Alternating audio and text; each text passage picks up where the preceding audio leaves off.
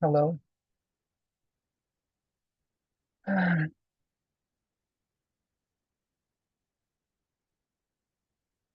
I'll just let people log in.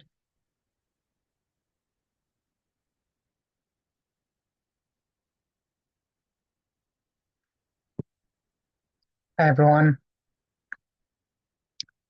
Um, well, thank you for coming.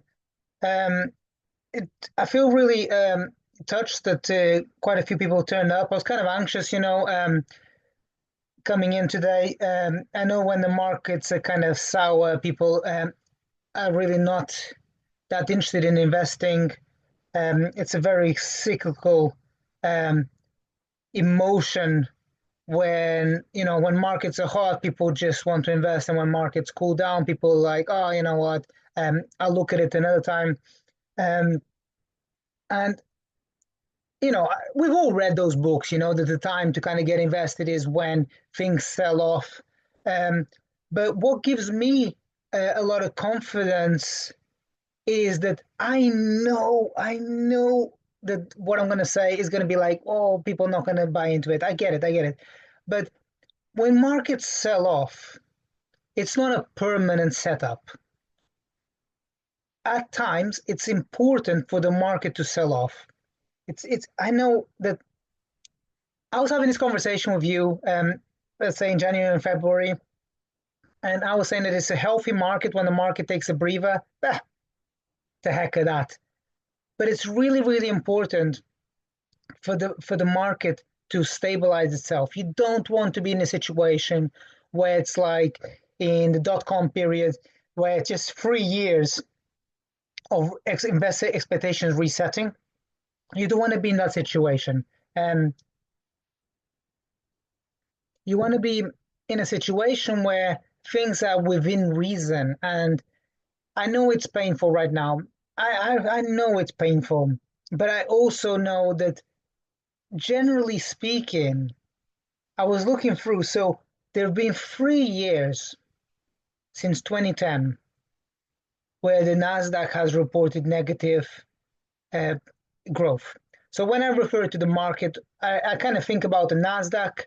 That's because my businesses are generally high beta businesses. So I think about the Nasdaq. I'm not really thinking about like REITs and stuff like that, and businesses with high dividends and stuff like that. That would be like in the Dow or whatever, or in the S&P. Um, but there's been 3 years. So obviously 2022, very vivid in our memory, was really brutal. 2018 and 2011. So in a 15-year period, there's been 3 years where the market, the Nasdaq was negative. And from the highs in December, or even in the highs of February, but it doesn't really matter which high you take, the Nasdaq has already corrected about 12.5%. Obviously, the market's down today, so it's probably closer to 13%, give or take. That is quite a rough correction in a short period of time.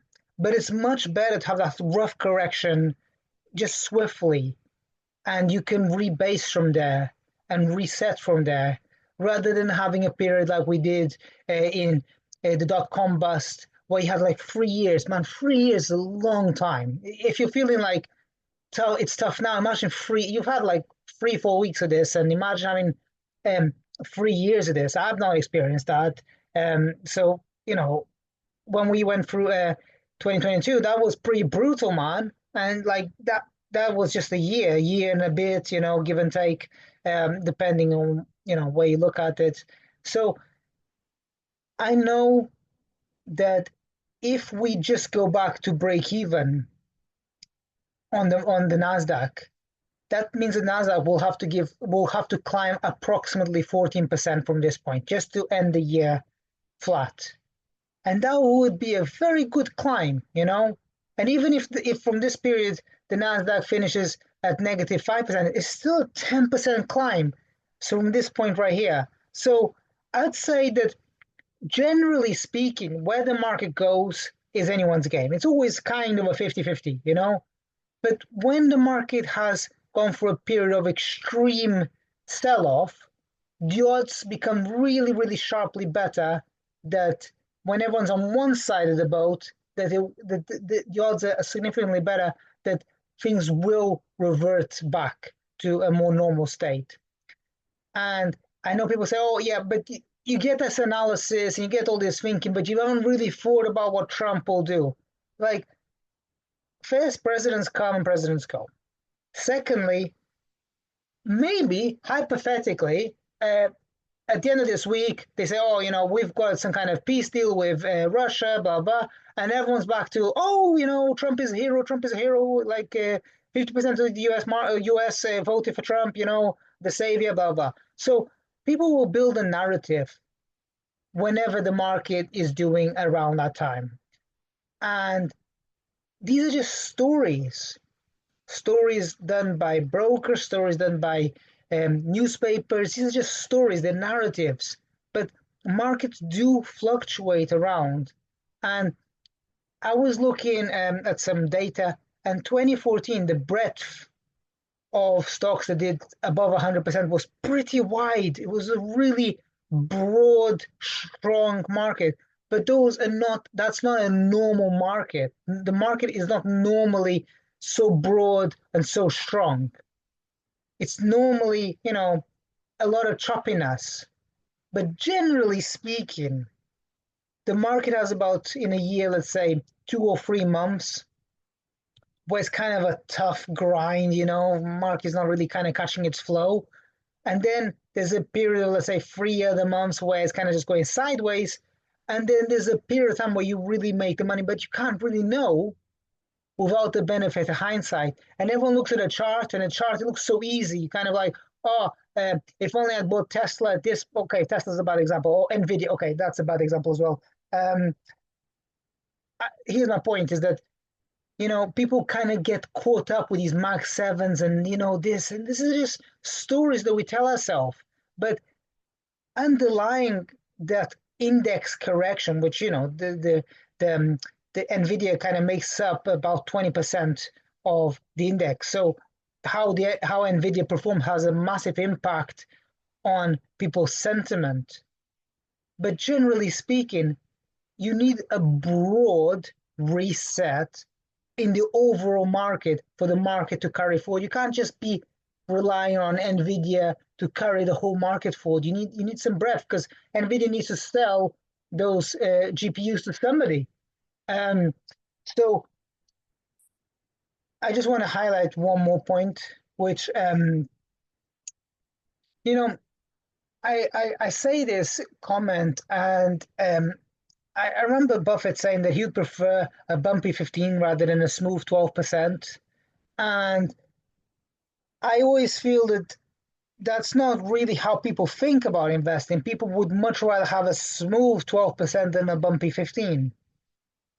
But I know from experience that if you're investing in these kind of mid caps, which I am, businesses, they're kind of rapidly growing, the market is always quite apprehensive of it.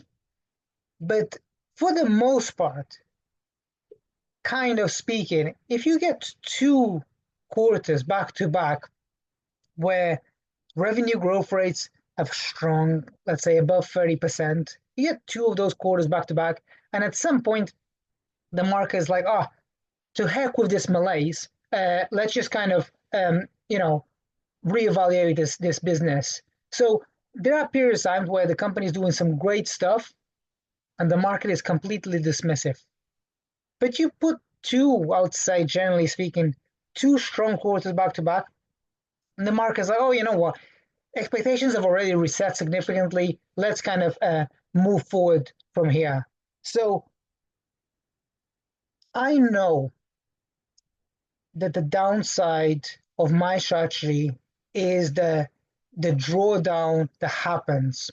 But I also know that I looked up this morning before the market opened that for the most part, deep value returns has significantly done better than the Nasdaq since I started keeping track record in 2024. And in 2025, it's kind of about the same as the Nasdaq. So obviously it's gone up, it was up about 22%. It's come down, so it's lost a significant chunk. But I went through that as well in March of 2024. I went through that as well in July and August of 2024 last year.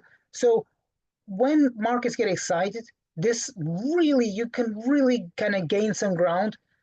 And I feel quite satisfied that I managed to gain enough ground at the start of this year so that when the markets turned, I had this buffer that I built up.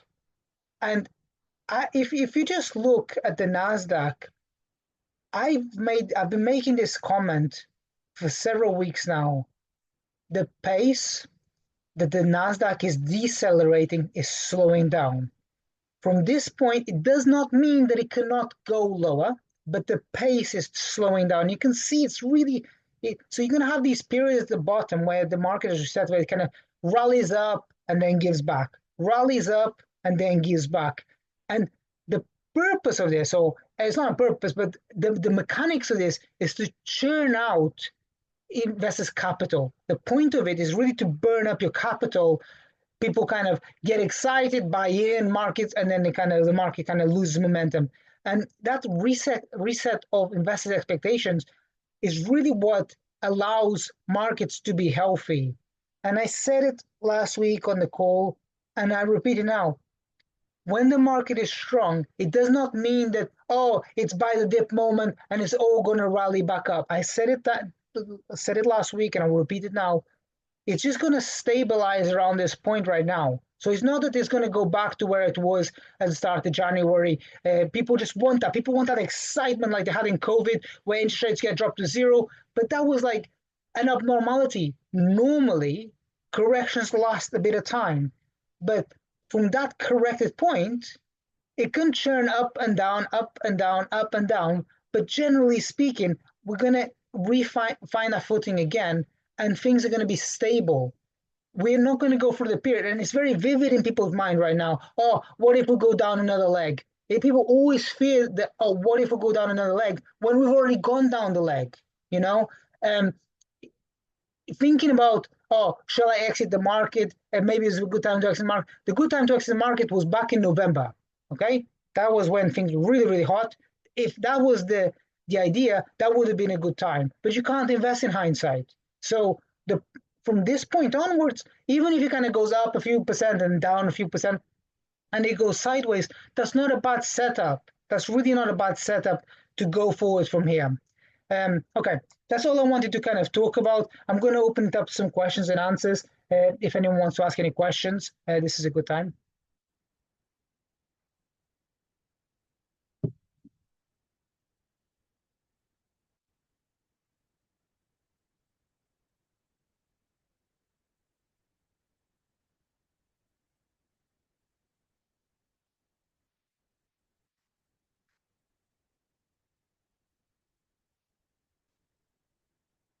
I'm sure there's some things that people want to talk about. Like, I'm quite happy that quite a few people turned up. I didn't think that anyone was going to turn up. I was actually speaking. Yeah, Michael, I have a question. Yeah, go Simon, ahead. I saw you wrote an article about IoT, Mm, Samsara, and I mm, know that we sold this mm, stock not too long ago, mm, and it has quite a bit crashed mm, in this correction.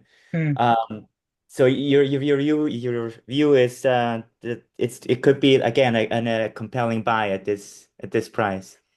Yeah, so I like Samsara. I think that I will revisit it at some point.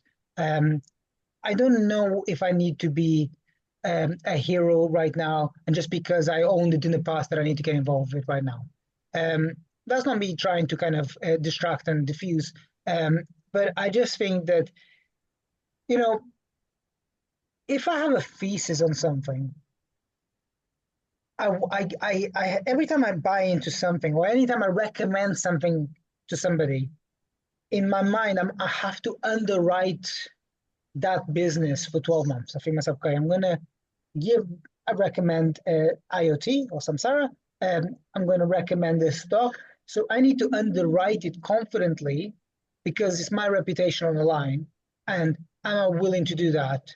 And after the market is reset, there's so many things that are really, really quite cheap right now that I'm not sure that my number one pick would be Samsara. Um, I know it's not quite the same jazz, you know. The market Right. likes the market likes stories, and I get that at this moment in time, at least in my perception, there are two overwhelming stories that seem to be working, and from my understanding, I don't see much else happening. One, Chinese businesses, and the other one is quantum stocks. Now, in my understanding, as I look at it, I cannot see a path to revenues in the next 5 years. Forget profits.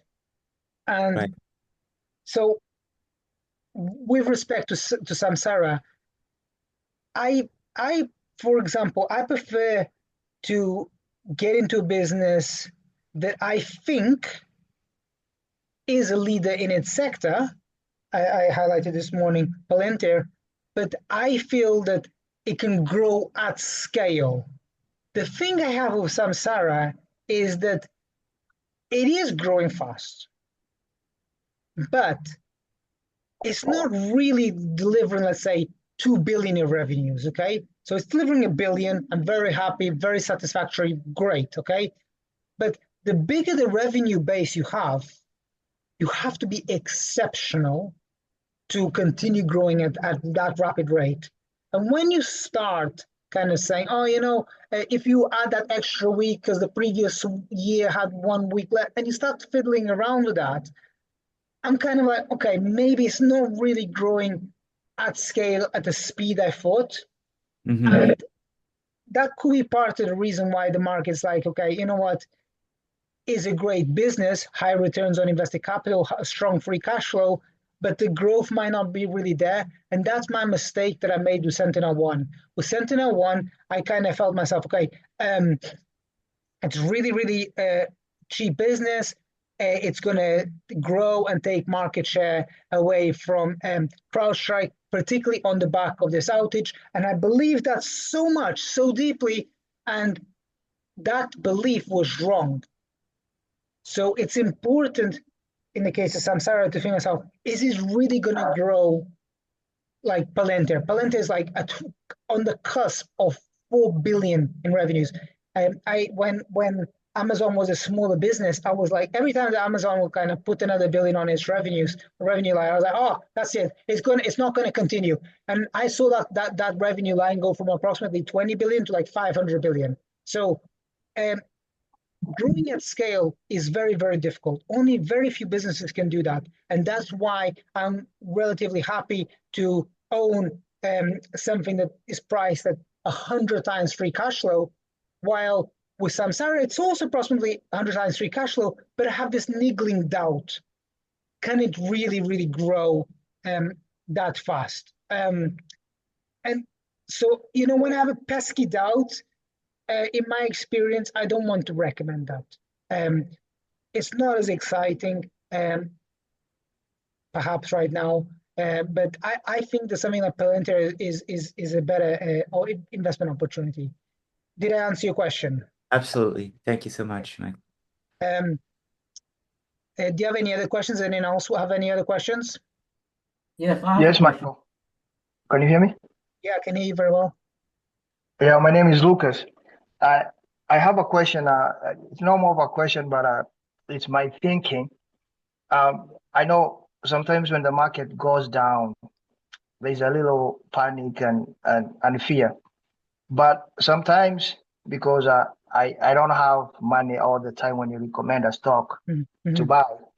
So I find this when the market are low, like to take advantage of it because some of the stock that you have recommended, Mm-hmm. but I was not able to buy. Mm-hmm. But now they seem to have come down. I feel like I can buy them now and somehow, because I know the target you said is mainly maybe summer 2026 in most of them. Mm-hmm. I figure that I don't know whether I'm thinking right.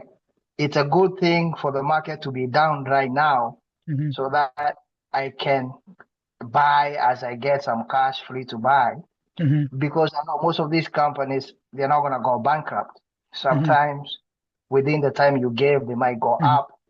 And so that's my thinking. I don't know whether I'm thinking it in the right way. Yeah, generally speaking, a business with no debt cannot go bankrupt. So that's why I'm always very much obsessed with thinking about how much cash on the balance sheet. I'm always, that's like everything that I do is basically that. Because if you have no debt, you can't go bankrupt. Okay, there's just no way to go bankrupt. Then there's just a question of how much is the right valuation to pay for that business. So that's a different discussion. But generally speaking, once the valuation is reset lower, from that point, provided that the business is still able to continue to grow, nothing has stopped it from growing, that's a really good entry point. And every Monday, I put in the chat, I don't know which service you're in, but I put in the chat 5 stocks that I think right now are really good investments. But generally speaking, the market has really just corrected significantly. So I pretty much I put everything as a buy apart from Snowflake, which I think it's not really delivering the type of growth that I wanted. And it's really kind of like coming on the back of, let's say, what we discussed before about Samsara. If it's not growing at that pace, I'll find something else, because in my mind, it needs to match the valuation, and the valuation is predominantly driven by the increase in revenues and a responsible view on the future free cash flow of the business. I didn't just, that's a mouthful, but basically just thinking about the profitability. Is the business thinking, or has the business set up itself in a way that it can be more profitable next year than it is this year? So in the chat room, I always put like 5 names that you can look up, but you can look at generally anything in the portfolio right now is really kind of, the portfolio has come down quite a lot. So what a person needs to do is, the problem with investing during the correction is that it's really, really difficult to invest and sit on your hands. But I know from so much of my experience in my life that if you can invest and honestly sit on your hands for 6 months or so, man, that's the period where you make money is through this period right now. I know that. The problem is too many people kind of invest and they expect it, because they invested, next week for the share prices to be higher because they invested, because the market said, oh, I'm Lucas, Lucas invested, therefore the market goes up. It doesn't work like that. But if you just give it a little bit of time, and you can make yourself invest in a way that you do not get overwhelmed and say, okay, I'm really deep in this, and I'm really nervous, and if the market goes down, I'm going to sell everything. If you can just invest and sit on your hands, this is a really good time, really, really good time. We'll revisit this conversation. So now it's the middle of March. Back end of the summer, let's say August or something, we'll say, okay, actually, in hindsight, when Michael was saying in the middle of March, this is a good time, it was actually a good time. But just because you invest doesn't mean that in April, everything is off to the moon again. Does that make sense? Yes, it does. Yes. Thank you. Hey, Michael, I have a question. Hi. It's Daniel here. Yeah, I really appreciate your kind of summaries on everything. And my question is a little bit more on I know there's a ton, like you said, there's a ton of stocks. You could probably pick a handful. But my question is more on, like, from your experience, does the valuation metric, like the amount you're willing to pay based on a free cash flow multiple or the PEG ratio, does that change when there's a lot of market uncertainty? And like, will we kind of like, does that like I'm just thinking about like how to kind of think about, like, yes, all these companies, nothing changed in the data from the last earnings call to now. Yeah. But yet there's like this sentiment that obviously the US multiple maybe is much lower right now. Yeah, correct. And so like, how does that factor into your kind of decision points? Because obviously, at some point the US multiple's been super high, but is it, it's really hard to obviously predict these things, but what do you think about that, and like how, and in terms of the DVR portfolio, like making decisions? Good question. Yeah, that's a really good question. I saw you asked about Reddit. I can address that specifically. So yeah, sure. Yeah. Generally speaking, stocks don't fall 50% in 4 weeks, generally, but they have. You know, Reddit, like we can go through a whole list, like a whole laundry list of stocks that I know have fallen 50% in 4 weeks. This is abnormal. It doesn't happen that often, but it has happened already. So the advantage of looking how I look at the PEG ratio is that it removes that noise, because we are very intelligent and we try to add so much data, but that data isn't actually useful information. We try to kind of overthink, oh, do we think about how multiples are in the overall market? Multiples used to be higher, now they're lower. What happens if they're lower again? And where interest rates going to go? And we just add so much. But, you know, the PEG ratio is really like a very much of a, it's too simple. If you I know it's simple and it's not exciting, but it's time. It's just giving things time. And I get up really early in the morning, and when I'm kind of getting up and I'm working, and I always go outside every morning. When I get up, 4 to 5, I go outside, I look at the stars just to see. And when I stand out there, I find it impossible to imagine that there will be a time in the coming weeks when I go out there at 4 to 5 in the morning and it's daylight. It's impossible in my mind. I can't figure it out. I'm freezing cold. I'm doing my sauna movements.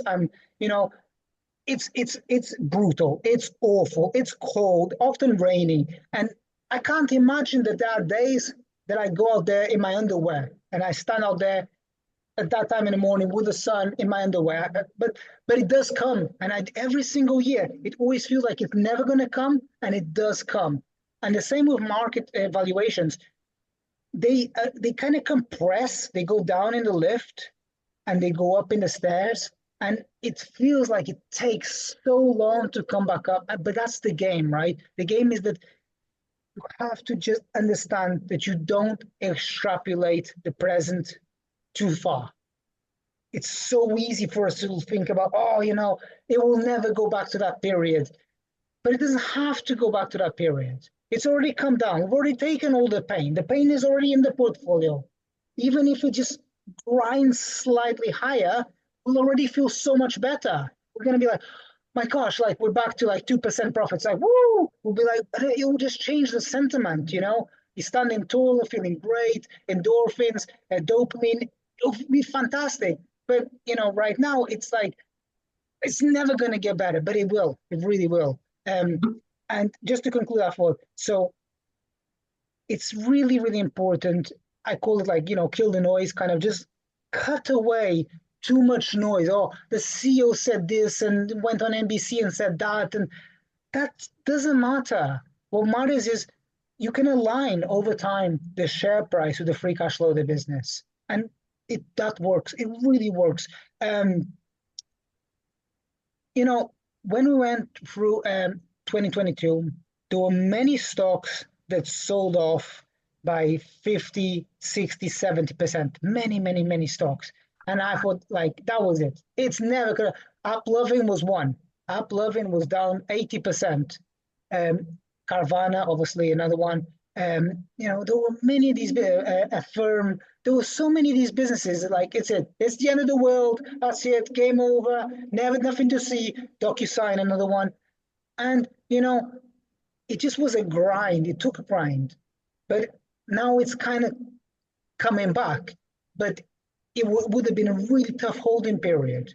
And that's the advantage of my strategy, is that, I'm trying to kind of lock in gains as I go, and I'm trying not to kind of give in to the sentiment. You and I discussed about intuitive machines, like in hindsight, wow, that was freaking great, man. I'm like, oh my God, I'm so happy that I got it. Because I'm trying to kind of not give in. And in hindsight, that was a like lucky call. Saracen, another one, lucky call. Because when I felt, okay, the risk reward right now isn't as attractive. And you always have to think about what the future guys or girl is going to invest in. What am I going to give to that person in 6 months' time? Well, because this kind of idea of, buy high and sell higher is nonsense. It's really nonsense. And I just feel like too often we kind of let ourselves be lulled and be passive at the wrong times. Everyone wants to kind of be lull and passive, when markets are hot, but that's not the time to be passive. Now is the time to be passive. Now is the Yeah. time to sit on your hands. Yeah, okay, thank you. No, that makes complete sense. I feel like the time that markets stay in neutral versus euphoria or total Yeah. fear or panic is like it's a constant like pendulum. You Yeah. can't stay in the middle, so it makes complete sense what you're saying to But steadily. it doesn't even need to stay in the middle. Like it just either extreme is crazy, right? Either extreme. Yes. If I'm being 100% truthful, I didn't feel like things were completely mad in November, December. I didn't feel so. I felt in 2020, in November, that was just mad. I felt like I didn't feel like things were completely out of this world in November, December, but I do feel like things are really corrected severely now. Yeah. And it's easier to make a call at the extreme. At the extreme point, it's like, okay, the odds are so sharp to the other side. But most of the time, the majority of the pendulum is kind of like 50-50. It can kind of go either way. Yeah. Great. Thank you, Michael. Yeah, hi, Michael. Sri here. Do Hello. you have time for one more question? I have time for you, Sri. Thank you so much for all the support, man. You're Yeah. fantastic.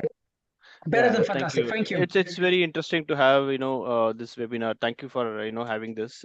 So my question is, first of all, do you buy in this all noise that's coming around the recession that's going to hit the markets, blah blah blah? And follow-up question is, if so, is DocuSign more of a defensive pick in that scenario, or what is your thought in picking up DocuSign? Yeah. So yeah, Thanks.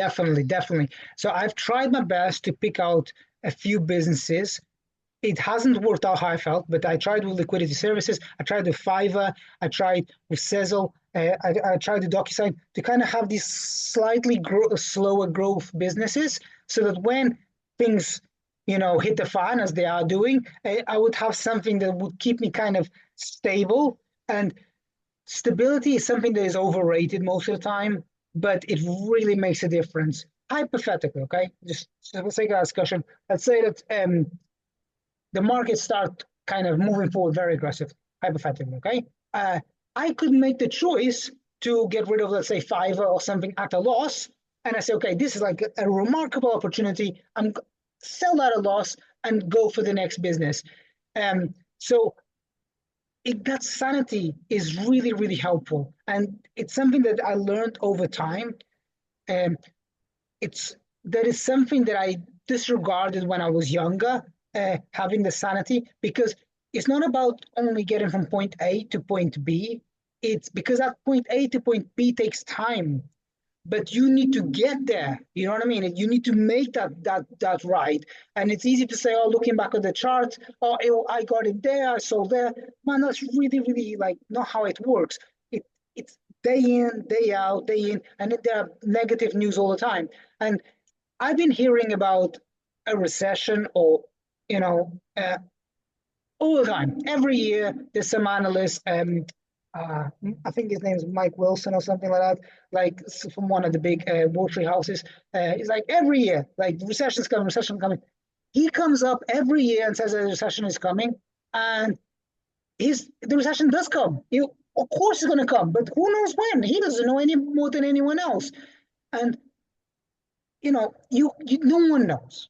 But after this period that the market's already reset, I mean, okay, sometimes you don't actually need a recession. You just need the fear of the recession to be priced in. Okay, so for example, in 2022, there was the fear of a potential recession. Stocks came down aggressively. So even if there wasn't a recession, stocks already priced that in. So when the recession didn't show up, things improved, right? So sometimes the perception that something is going to happen is enough. Do you know what I mean? So if a recession comes, man, like, okay, it's not like it will come at some point, but it's so difficult to predict when that's going to happen. It's just impossible. And I know it doesn't sound like that. And people kind of very eloquently speak about different things and they say different things, but these are uncertainties. Control what you can control. You can control the businesses you invest in, and you can try as a person to sit on your hands. I know you particularly are very good at that. It is difficult to do, but it does pay off doing that. Sure. Thanks, Michael. Very insightful. Thank you. Yes, I have questions. Hi. Yeah, I'm Bobby. I'm new to the game and just Okay. start to investing. You mentioned or you would highlight 5 stocks every week. Mm-hmm. I'd like to know based on what criteria that you pick these 5 stocks, based on price level, event driven, or news flow, or whatever. So I never care about event or news. I don't care about any of those. I try to highlight 5 stocks that I think have a bit of diversification. Okay. So I don't want it all to be on the same idea, even though I very much really believe in Nebius and Credo. I'm like, okay, I don't want to just put those there because, it's really the same trade. It's kind of hyperscale, the trade there. So I try to kind of give a spread of the 5 names that I'll be willing to underwrite from that point onwards over the next 12 months. That's how I think about it. I think if I was to just make a portfolio of 5 names, these would be the 5 names that I think make sense. Okay, thank you.